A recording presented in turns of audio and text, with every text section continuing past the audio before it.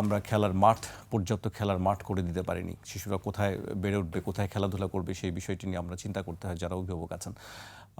এটা নিয়ে আসলে কি ভাবছেন আপনি? কোনো উদ্যোগ নেবেন আসলে যদি নির্বাচিত হন? আমি এখন একটা খেলার মাঠ থেকে আসলাম, উচারটেক, রনি চিনবে, আপনারা তো নাও চিনতে পারেন, আশকোনার পাশেই একটা উচারটেক একটা জায়গা আছে। সেখানে আমার ধারণা আমরা যেখানে একটা টুর্নামেন্ট করেছি, মানে আমাদের কর্মীরা করেছে আরাফাত কোকো ব্যাডমিন্টন টুর্নামেন্ট, সেই টুর্নামেন্টের ট্রফি দিয়ে আমি এখানে আসছি। তো সেখানে আমার মনে হয়েছে মিনিমাম 1000 মানুষ ছিল, বয়স্ক মানুষ ছিল 50%, আর বাকি 50% ইয়াং বাচ্চারা যারা খেলেছে।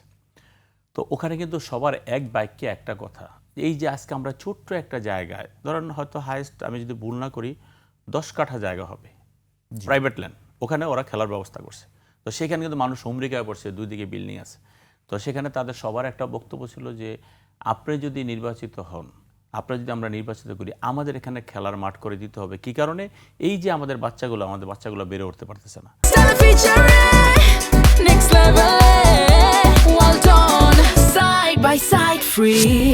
তখন আমি ওদেরকে বললাম যে হ্যাঁ, আমাদের আসলে এই খেলাধুলা যদি আমাদের বাচ্চারা থাকতো, তাহলে কিন্তু আমাদের অনেকটাই আমরা পরিত্রাণ পেতাম কোথা থেকে? এই মাদক থেকে। কারণ একটা অসুস্থ মস্তিষ্ক হয়ে যায় যখন মানুষ বেকার থাকে, যখন মানুষের কর্মহীন থাকে, তখন কিন্তু মানুষের মাথায় বিভিন্ন রকম চিন্তা আসে। বা একটা ছেলে, আমরা যখন আগে মানুষ এত খারাপ হয়নি কেন?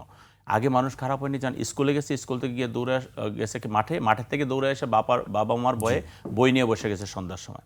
তো ওইখানে আমাদের এরকম প্ল্যান করে চলতে হবে। আমরা যদি প্ল্যানটা না করি, যেমন এখন আদারওয়াইজ আমরা মোবাইল নিয়ে বসে থাকি, আমাদের বাচ্চারা দেখবেন মোবাইল আসক্ত হয়ে যাচ্ছে, মোবাইল নিয়ে বসে আছে। একটা বাচ্চা যখন 9-10-এ পড়ে বা আরও নিচে 6-7-এ পড়ে, তখন সে ইন্টারনেটে গেলে তো অনেক কিছুই দেখতে পারে, সে কোনটায় আসক্ত হয়ে যায় সেটা আপনি বুঝতে পারবেন না যদি খেলাধুলা থাকে সেই জায়গাটা। এখন আমরা কিন্তু দেখেন আমাদের বিএনপি চেয়ারম্যান জনাব তারেক রহমান কিন্তু এবার খেলাধুলাকে সর্বোচ্চ গুরুত্ব দিচ্ছেন এবং দিয়েছেন, এবং তিনি কিন্তু বলছেন বিএনপি যদি ক্ষমতা যায় আমরা ম্যান্ডেটরি করবো। আর যদি ম্যান্ডেটরি করতে হয়, তখন সেই ক্ষেত্রে তো আপনাকে সবার আগে মাঠের চিন্তা করতে হবে। আপনি দেখেন অতীতে যে আমাদের জেলা স্কুলগুলো ছিল, আমরা যারা জেলা বিভিন্ন ডিস্ট্রিক্টে যারা লেখাপড়া করছে বা আমরা করছি, এখন জেলায় আপনি দেখেন একটা জেলা স্কুল আপনার মাথায় নিয়ে আসেন, সামনে নিয়ে আসেন, একটা জেলা স্কুলের পরিবেশ দেখেন, মাঠ দেখেন, কত সুন্দর জিনিস। আর আমরা আজকে একটা বিল্ডিংয়ে 5টা স্কুল চলতেছে, একটা 5তলা বিল্ডিংয়ে 5টা স্কুল চলতেছে, সেখানে আমার বাচ্চা লেখাপড়া করতেছে, আপনার বাচ্চারা লেখাপড়া করছে। এই পরিবেশের তো একটা মানুষ মনের দিক থেকে বিকশিত হয় না। আমরা একটা কথা কিন্তু বলি যে ঢাকা ইউনিভার্সিটি লেখাপড়া করা একটা ছাত্র ওখান থেকে বের হলে যে মেন্টালিটি নিয়ে বের হয়, অন্য ইউনিভার্সিটি থেকে বের হলে সেভাবে সেই মেন্টালিটি নিয়ে বের হয় না। কারণ কি? এটা হলো পরিবেশ। আপনাকে সেই পরিবেশটা দিতে হবে। আপনি যখন পরিবেশ দিবেন, তখন এই সমস্ত জায়গা থেকে আমরা আমাদের সন্তানদেরকে সেভ করতে পারবো। আমার সন্তান তখন মাদকাসক্তার বন্ধু থাকবে না, সে তার খেলোয়াড় একটা বন্ধু থাকবে। আমার সন্তান তখন ওই একটা ইউটিউবার বন্ধু থাকবে না, সে তার খেলোয়াড় বন্ধু থাকবে। মানে ইউটিউবার বলতে আমি অন্যভাবে না, যে যারা শুধু ইউটিউব নিয়ে ব্যস্ত থাকবে না, বেকার থাকবে না। এই সমস্ত জিনিসগুলো যদি আমাদের করতে হয়, আমাদের এই জায়গাগুলো যে কোনো হয়তো আমাদের জায়গায় যেতে হবে এবং এই পরিবর্তিত সমাজকে আপনার পরিবর্তনের জায়গায় নিয়ে আসতে হবে। মানুষ এখন আপনার কাছে আশা করে, আগে যে আশাটা ছিল না। 5ই আগস্টের পূর্বে মানুষ মনে করতো যে একটা রাজনীতিবিদের কাছে আমি একটা কথা বলবো, ওইটা উনি শুনে যাবে, ইয়েস নো ভেরি গুড বলে যাবে, এখানেই শেষ। কিন্তু এখন কিন্তু সেটা মানুষ ওই জায়গায় নাই।